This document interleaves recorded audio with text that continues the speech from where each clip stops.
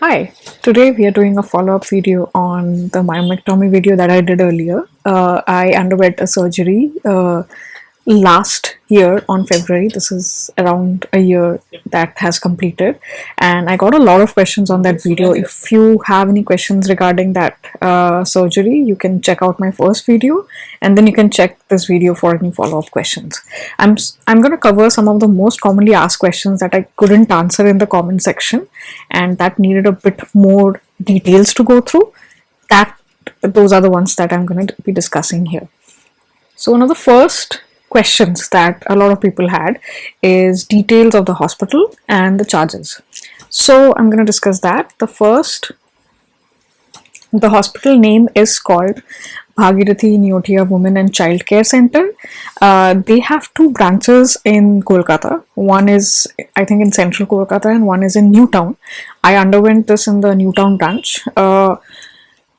They are known as the women's. They do a lot of C-sections, women health related and childcare health related surgeries, and OPD consultations. And Yes.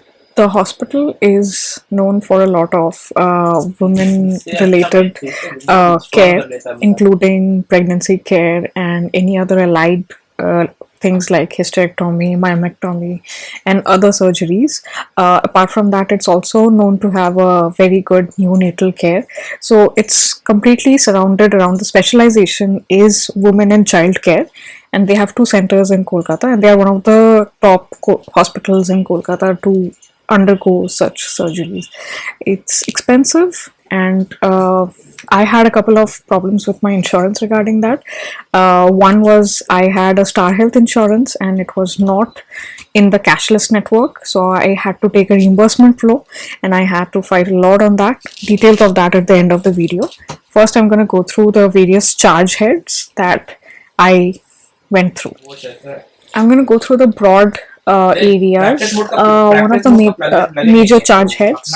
The first is bed charges. The total bill amount for bed charges was 14,000. I stayed from 15th to 19th. So I went in, checked in.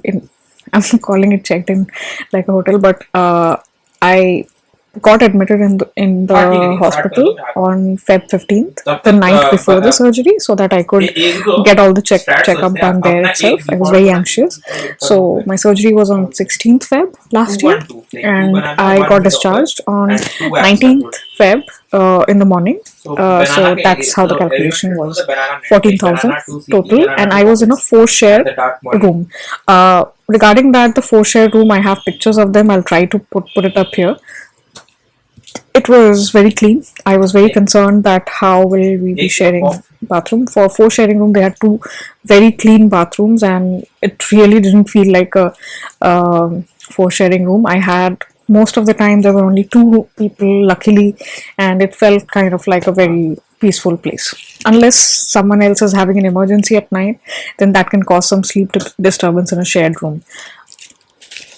There were some administrative and consultation charges, which were 500 and 500 each. Doctor's fee was 2,000 rupees, I think, and there were some equipment charges of 220 rupees.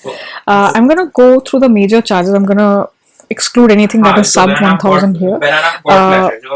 Investigation, by that investigation they mean they had to do a biopsy of the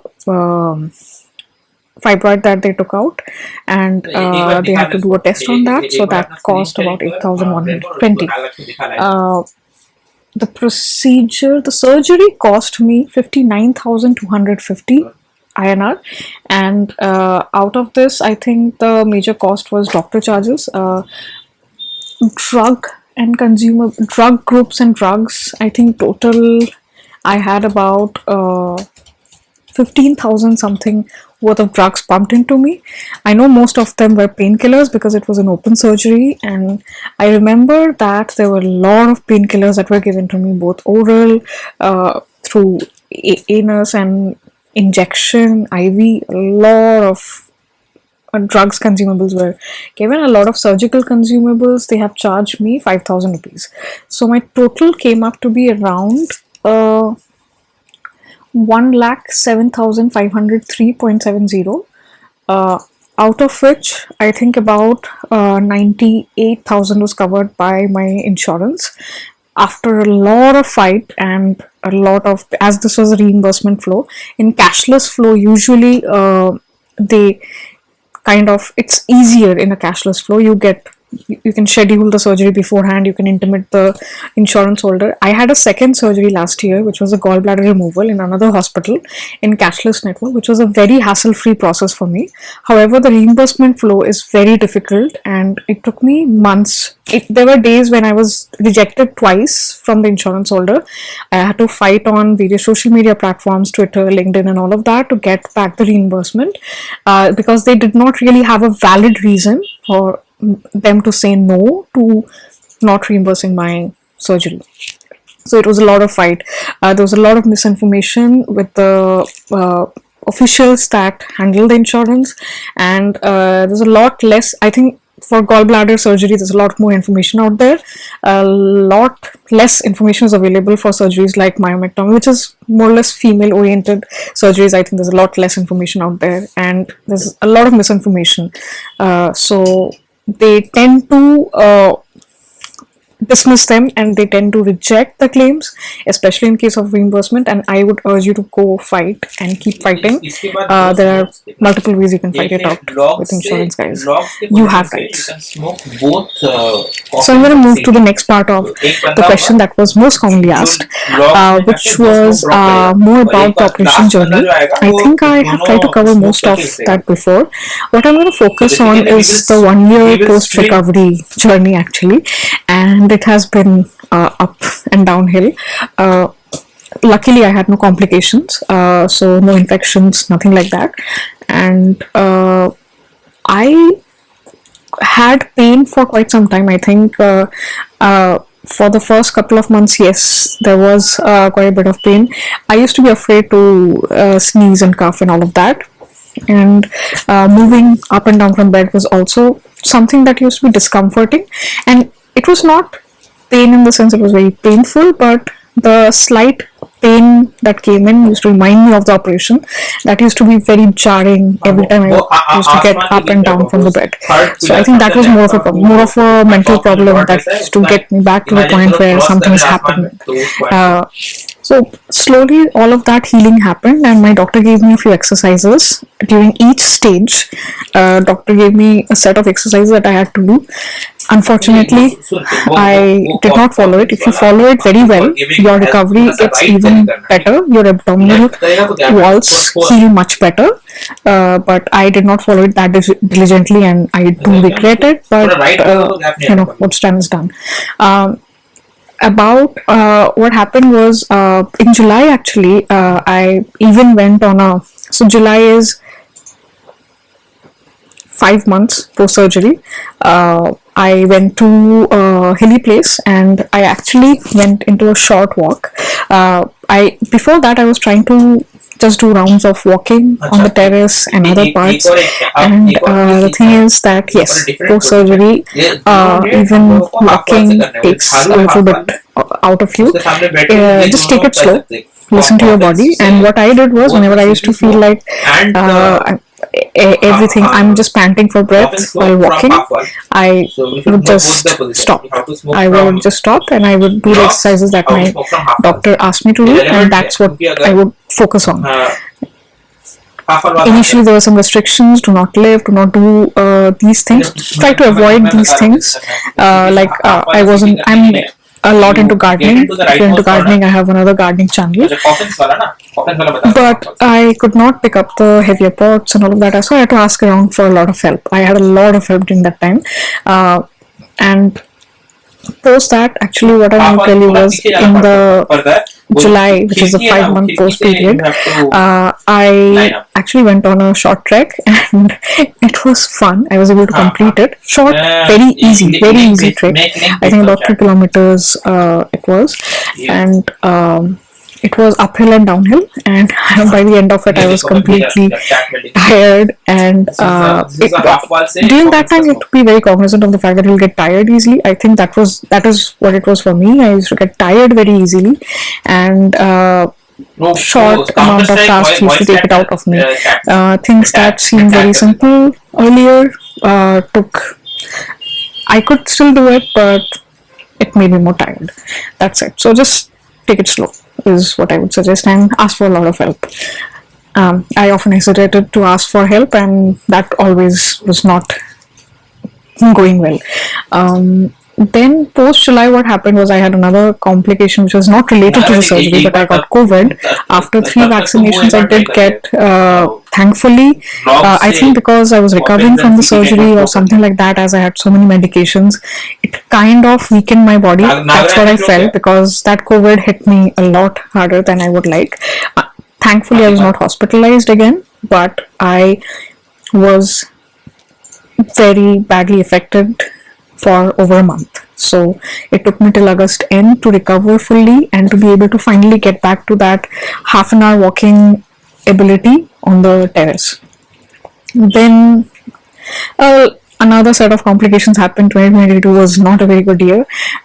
So I had pain in my right upper quadrant, and I had to get a gallbladder surgery done within a month because it had gotten inflamed, and that led to another round of recovery, and now I'm finally doing well. I am finally as of January and February currently. I now understand that I have been through 2 surgeries and a COVID in the last 12 months. So for me, the lower incision surgery, which is the myomectomy surgery, sometimes when I sneeze or cough, it still causes discomfort. I think it's very close to like C-section, and I think it's also because I did not do the exercises properly, so my muscles did not heal properly, and there is a little bit of scar tissue. But there are medicines available. You can ask your doctor for those medications. If you apply it in the beginning, the scars heal very well. So I did that in my second surgery, and some of the scars from them have healed very well by now. Apart from that, as of now, there's no other side effects. I can literally do anything. I was given an all clear to do anything and everything by, I think, August. By August, I was told to, you can exercise all you want, you can do anything, you can lift anything. All go ahead was given to me within 6 months of the surgery. So that's pretty much the operation journey. If you do have any more questions about the operation journey, let me know in the comments below. Of course, all of this has a mental effect on a person. A couple of surgeries, COVID and all of that, in a looming pandemic with recession, all of that gets to you as a person. But apart from that, I don't think physically there was any more of a problem. So the third question is kind of something that overlaps into what I talked about. Discuss the heel scar of open myomectomy. This is something I talked about in this portion as well. The scar on the outside is pretty healed. It doesn't bother much, but what bothers is, so you have an outer abdominal wall scar, then there's a stitch that is done on the uterus as well. For me, the fibroid was inside the uterus, so uterus was also cut open, right? So the stitch there is the one that causes pain even now when I sneeze and cough. So the outer scar is like, it's just there, it doesn't bother. So one of the more common questions I was asked is, did you feel pain when they removed the catheter? This is also something that I had a huge concern about. But the hospital I went to, the nurses were very talented nurses, and I did not have any issues. I did not catch any infection. I think the pain, of course, happens when it's removed incorrectly, or you do have a chance of catching an infection. Then, of course, it will have a burning or pain sensation. But I luckily did not have that. The fifth question that I was asked is, where did you have a surgery and the name of the surgeon? I discussed the place of the surgery. I will link the hospital name in the description below, and the name of the doctor is Dr. Barnali Ghosh. She is based out of Kolkata, so if you're in Kolkata, you can go to her. She does consultation in Apollo Clinic, Newtown. You can take a phone booking appointment or something like that. She has her own hospital somewhere in Newtown. But if you're outside Kolkata, then I can't help you in terms of the name of your doctor. You have to look for someone who works for you.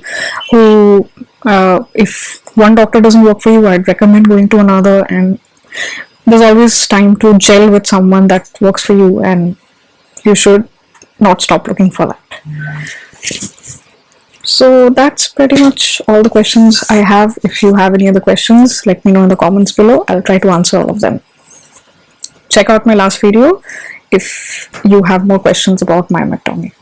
And I will make another video of course, as I had a second surgery, so I'll be making another video on surgery about that. And see you next time.